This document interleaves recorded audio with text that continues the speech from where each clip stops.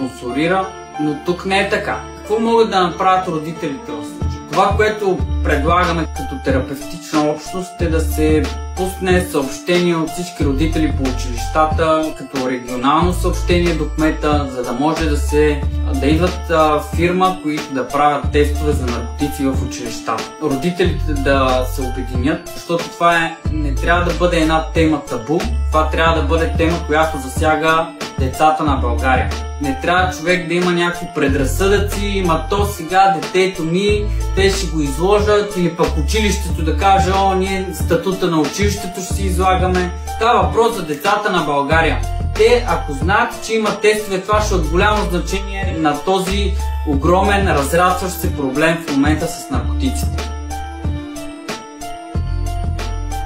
Консултанти по зависимости. Потърсете ни за индивидуална консултация в социалните мрежи.